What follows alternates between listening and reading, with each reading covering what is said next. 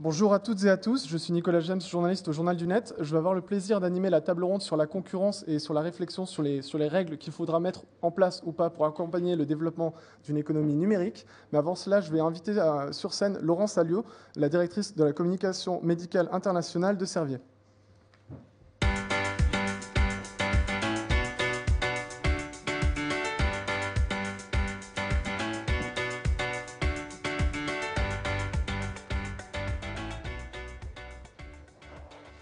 Bonjour à toutes et à tous, and good afternoon to our English-speaking guests. Je voudrais vous parler donc de la santé digitale cet après-midi, alors que vous l'appeliez santé digitale, santé numérique, mobi-santé, peu importe. Ce qui est important, c'est que ce n'est pas parler de demain, c'est parler de maintenant. Étymologiquement, maintenant, ça veut dire tenir en main. Et grâce à un smartphone, à une tablette, aujourd'hui, nous tenons en main toutes les finances du monde, les enseignements du monde, les lieux du monde et les génomes. Donc, vous l'avez compris, c'est un changement de paradigme extraordinaire pour la santé, pour la médecine. Et il est capital que nous, professionnels de santé, nous vivions ce changement de paradigme à fond. Nous ne pouvons ignorer ce monde émergent qui est tellement présent à chaque instant de notre vie. Alors, au bout de votre doigt, vous pouvez communiquer avec la planète entière. Vous pouvez recueillir toutes les informations dont vous avez besoin. Vous pouvez mettre en place tous les projets que vous avez en tête et vous pouvez créer de la valeur. Alors, pourquoi ne pas aussi prendre soin de notre santé par un téléphone connecté ou par une tablette ? Cette santé qui est notre bien le plus précieux, donc c'est encore peut-être plus important de faire entrer le digital dans la santé. Bizarrement ou pas bizarrement, elle a été un peu plus lente que d'autres domaines industriels ou d'autres domaines de notre vie quotidienne à prendre son essor. C'est peut-être une phase de gestion un peu compréhensible dans la mesure où la santé, la médecine, c'est une affaire d'experts, ça demande beaucoup de formation, c'est très complexe et donc bien sûr les choses évoluent peut-être un peu plus lentement parce qu'il faut faire appel aux experts. Il faut que ces experts se mettent eux aussi au digital. On y reviendra. Alors cela bouge beaucoup plus vite maintenant car des non-experts, les GAFA, ce que l'on appelle les GAFA, les Google, les Amazon, les Apple, les Facebook, commencent à s'intéresser de très près à la santé. Ils sont partis du sport, de l'animation de notre vie au quotidien pour se maintenir en santé. Ils dérivent petit à petit vers la médecine. Alors c'est un petit peu embêtant à mes yeux, opinion personnelle, d'abord parce que c'est des Américains, donc il faut que nous aussi on s'y mette, et puis parce que ce ne sont pas des experts de la santé. Et demain, si on les laisse faire, ils vont gérer notre santé alors que ce ne sont pas des experts.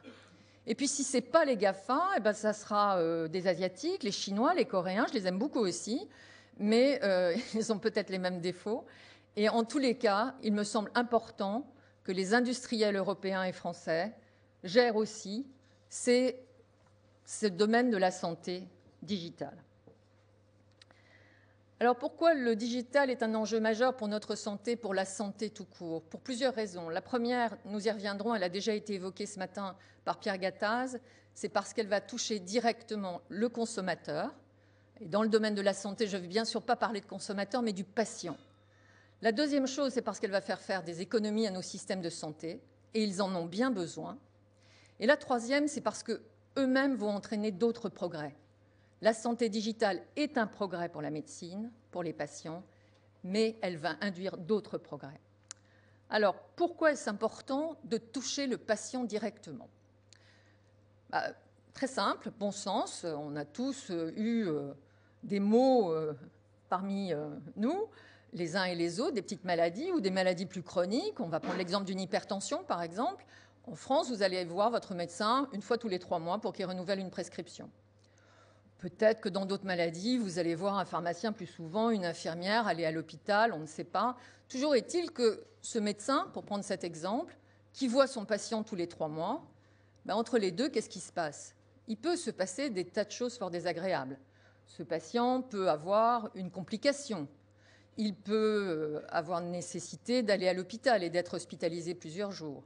Il peut avoir des événements qu'il aurait pu prévenir si on avait été en contact direct avec lui. Et c'est ça que la santé digitale peut nous apporter aujourd'hui, c'est qu'entre deux visites, eh bien, ce patient, on est en contact avec lui de manière directe, de manière permanente, 24 heures sur 24, 7 jours sur 7. Comment ? Un smartphone, une tablette, un objet connecté qui fait des mesures médicales, pression artérielle, fréquence cardiaque, tout ce que vous voulez, c'est possible. Maintenant, tous ces objets connectés existent.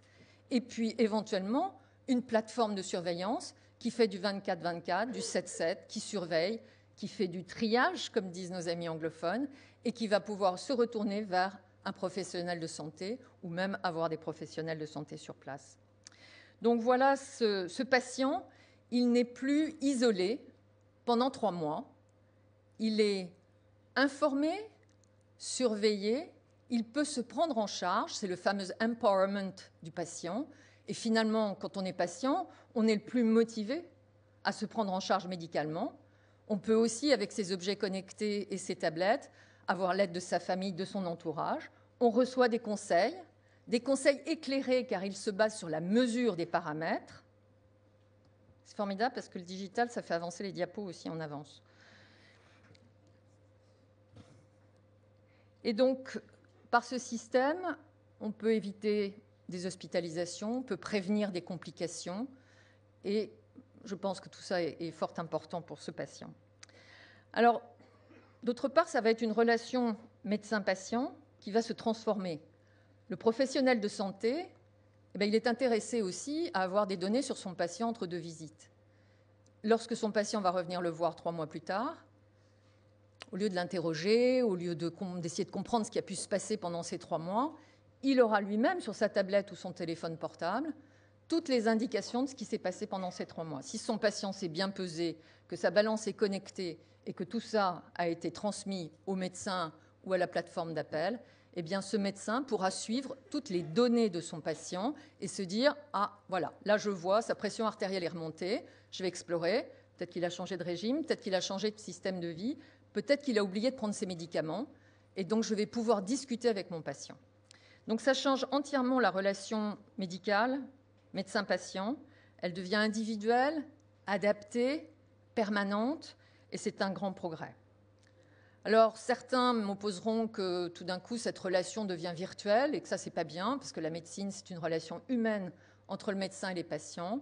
Je m'inscris en faux, très clairement, car le médecin ne verra pas moins son patient, mais il le verra mieux, à meilleur escient, et avec toutes les informations nécessaires pour l'aider encore mieux.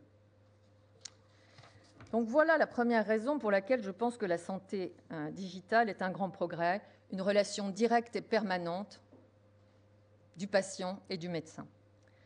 La deuxième, la voilà, c'est les économies qu'on peut faire à nos systèmes de santé. Alors en France, les dépenses de santé, vous le voyez, elles sont représentées à 17% par le médicament et ce qui tourne autour des médicaments. C'est souvent uniquement sur ces 17% qu'on essaye de faire des économies en France, parce que c'est plus facile, puisqu'on fait appel aux industries de la santé, aux industries pharmaceutiques et autres, qui sont des industries privées et qui peuvent voir le prix de leurs médicaments diminuer ou les remboursements diminuer. Mais en fait, ce n'est pas là qu'on peut faire vraiment des économies, puisqu'il y a tout le reste. Et tout le reste, ça, ce n'est pas privé et c'est difficile de réduire les coûts. Ce qui m'intéresse dans la santé digitale, c'est qu'elle peut réduire les coûts dans tous les segments des dépenses de santé, en France et d'ailleurs en Europe aussi. Alors, économie substantielle, puisqu'on peut agir sur le nombre des hospitalisations, on peut agir sur la durée des hospitalisations, je vais revenir, on peut agir sur l'efficacité des traitements et de la prise en charge, on peut prévenir des complications, on peut prévenir la mortalité. Ça, c'est un outil tout simple sur un smartphone pour équiper des patients insuffisants cardiaques. L'insuffisance cardiaque, c'est aussi mortel, sinon plus, qu'un cancer. C'est des complications fréquentes, c'est au minimum 3 hospitalisations par an, d'une durée moyenne en Europe de 11 jours. Pourquoi ? Parce que bien souvent, le patient n'est pas informé de ce qui va entraîner une décompensation, un œdème pulmonaire aigu du poumon, et qui va entraîner une grande souffrance, une hospitalisation longue et fréquente. Donc, en utilisant ce smartphone et des objets connectés reliés au smartphone et éventuellement une plateforme d'appel, le patient va se peser régulièrement, va enregistrer un certain nombre de paramètres, mais rien que son poids, s'il varie tout d'un coup à la hausse soudainement, c'est un signe d'appel qu'il va y avoir des compensations, que ça peut entraîner une hospitalisation. On peut rentrer en contact avec ce patient et faire en sorte qu'il soit prévenu qu'il y a danger, qu'il doit faire un certain nombre de choses pour éviter finalement que ça aille plus loin. Mais si vraiment ça va plus loin, ben voilà, on va pouvoir l'hospitaliser à temps sans que ça ne soit trop avancé. Donc vous voyez tout l'intérêt d'avoir ce contact direct avec le patient et de pouvoir le surveiller de plus près, le conseiller de plus près et éviter des hospitalisations.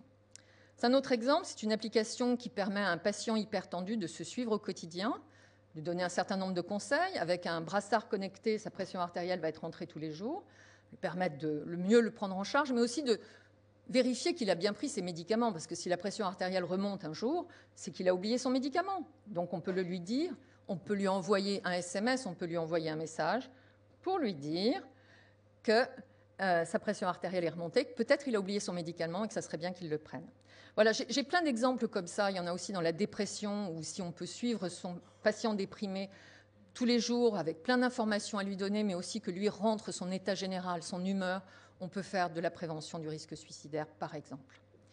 Voilà, donc ça sera aux industriels de santé de démontrer, bien sûr, la revendication de ces objets connectés avec les applications digitales. Si on dit ça va faire ça, on doit le démontrer. Ça passe par des études faites chez le patient, selon les règles habituelles de l'éthique que l'on applique à tous les essais cliniques. Et bien sûr, une publication des résultats de ces bénéfices en toute transparence dans la presse scientifique. Donc le troisième avantage de la médecine, eh bien, c'est ce que j'ai appelé le cercle vertueux. On adore ça en sciences et en médecine, c'est-à-dire un progrès vous permet d'en faire plein d'autres. Et c'est ça que la santé digitale va faire aussi, c'est faire progresser la médecine. Tous les patients, à un moment donné, donc, vont être suivis de manière digitale. Une somme de données sur leur santé va être accumulée sur des plateformes informatiques. Et très vite, on va cumuler et avoir ce qu'on appelle, vous le savez tous, du big data. Alors, ça peut aller du génome à des données plus classiques de poids, température, pression artérielle. Mais ce qui est important, c'est que toutes ces données vont pouvoir être analysées, corrélées, vont pouvoir permettre d'établir des algorithmes de décision et de traitement, et que ces algorithmes pourront être réinsufflés dans l'application qui est mise à disposition des patients et des médecins. Donc vous voyez, c'est un progrès itératif qui est sans fin, mais qui est possible aujourd'hui grâce d'une part au digital et d'autre part à la gestion du big data. Donc par exemple, un médecin, s'il a tout à disposition des données de son patient et du big data de son patient à l'intérieur de la population générale, va pouvoir dire, tiens, ce patient-là, je ne peux pas lui prescrire tel médicament parce que je sais qu'il a une résistance génétique à ce médicament-là. C'est important quand c'est un fluidifiant du sang pour éviter des caillots et des thromboses. C'est aussi un logiciel qui pourra, sur la base du big data, dire voilà, ce changement de paramètres chez un patient insuffisant cardiaque m'indique qu'il va avoir un grave problème, une hospitalisation. C'est pendant un quart d'heure, j'appelle le SAMU pour lui. Ou je préviens sa famille, ou je préviens son médecin. Mais voilà, on peut réellement mettre des algorithmes en place qui permettent de faire de la prévention en urgence ou pas. Voilà, donc la technologie, par exemple, dans l'insuffisance cardiaque est déjà expérimentée en France, dans plusieurs régions. Et c'est extraordinaire puisqu'on a les résultats. Ça a permis de réduire les hospitalisations et la mortalité dans l'insuffisance cardiaque de 40%. Alors, ce qui est extraordinaire, c'est que c'est juste une expérimentation dans quelques régions, mais qu'il faut que quelqu'un le prenne en charge maintenant financièrement pour que ça puisse s'étendre à toute la France et être pérennisé. Voilà, donc vous voyez, c'est un progrès sans fin que nous amène le digital en santé et en médecine.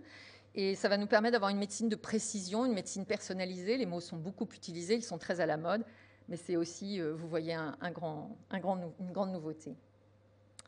Alors bien sûr, comme toujours, quand il y a un progrès, il y a aussi des challenges, des freins. Je voudrais les évoquer rapidement avec vous et voir un peu quelles sont les solutions. Parfois surévaluées dans dans les médias, mais peu importe. Alors déjà, il y a le principe de précaution, qui est toujours le frein habituel que nous avons en France, et puis il n'est pas spécifique au digital. Puis plus spécifique à la médecine digitalisée, c'est le secret médical.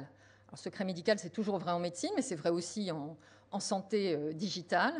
Il va falloir que la confidentialité des données soit parfaitement assurée, à 100% dans l'absolu, de telle manière que les données d'un patient ne puissent pas être trouvées, identifiées. Alors on vous dit, oui, ça serait épouvantable si le banquier, si l'assureur, si l'employeur avait accès à ces données. Donc bien sûr, la Commission nationale de l'informatique et des libertés nous protège de ce genre d'excès, mais il faudra bien sûr l'assurer. Puis bien sûr, il faut se protéger des hackers, aussi en santé. Et donc la sécurité informatique de tous ces systèmes doit, comme pour le reste, être entièrement assurée. Deuxième chose, c'est de se poser la question, on se la pose toujours en santé, c'est est-ce que ces outils, ces appareils médicaux, que ce soit des applications, des logiciels, sont validés par une autorité experte et autonome. Alors aujourd'hui, ça relève de la législation de ce qu'on appelle l'objet médical. En Europe, c'est ce qu'on appelle le marquage communauté européenne. Donc l'important, je crois, dans ce domaine, c'est de pouvoir dire que si on revendique un bénéfice pour le patient, celui-ci soit démontré à travers des essais menés chez les patients, en toute transparence, avec toute l'éthique nécessaire, et bien sûr la publication en toute transparence des résultats. Le troisième frein, eh bien, c'est le médecin lui-même. Aujourd'hui, c'est un exercice libéral. Ce médecin est isolé dans son cabinet. Il exerce souvent tout seul. Et s'il n'a pas d'appétence particulière pour le digital et le numérique, il va être un peu démuni face à ces nouveaux outils. Il l'est déjà et il s'en plaint. Le patient arrive et dit « mais j'ai lu sur Wikipédia, mais j'ai été sur Doctissimo ». Et ce pauvre médecin qui, lui, n'y a pas été, est un peu démuni pour orienter son patient vers les bons sites. Donc il va y avoir à faire tout un travail de formation vis-à-vis de la communauté médicale. Il faut que la santé digitale soit enseignée dans nos universités de médecine. C'est indispensable pour que les médecins puissent, je dirais, affronter cette nouvelle médecine avec plus de sérénité, que leurs responsabilités soient clairement définies par rapport à l'afflux de données qu'ils vont recevoir, car ils ne peuvent pas être tout le temps sur leur ordinateur à surveiller toutes les données de tous leurs patients, c'est bien sûr impossible. Donc là, il va falloir les aider énormément pour qu'ils puissent en prendre en charge leurs patients de cette nouvelle manière. Néanmoins, ils ne peuvent ignorer ce monde émergent et s'en tenir à distance. Ils doivent accompagner le déploiement de la santé numérique et il faut que l'on s'emploie à les associer à cette nouvelle donne en santé et en médecine. Voilà, en tous les cas, même s'il y a des challenges, même s'il y a des freins, même s'il y a des risques, le plus grand risque de la santé digitale, c'est de ne considérer que les risques. Dernier point, je veux vous dire que la santé digitale, aujourd'hui, c'est inéluctable de toute façon. Donc, il vaut mieux s'y mettre, parce que sinon, on n'y arrivera pas et on sera à la traîne.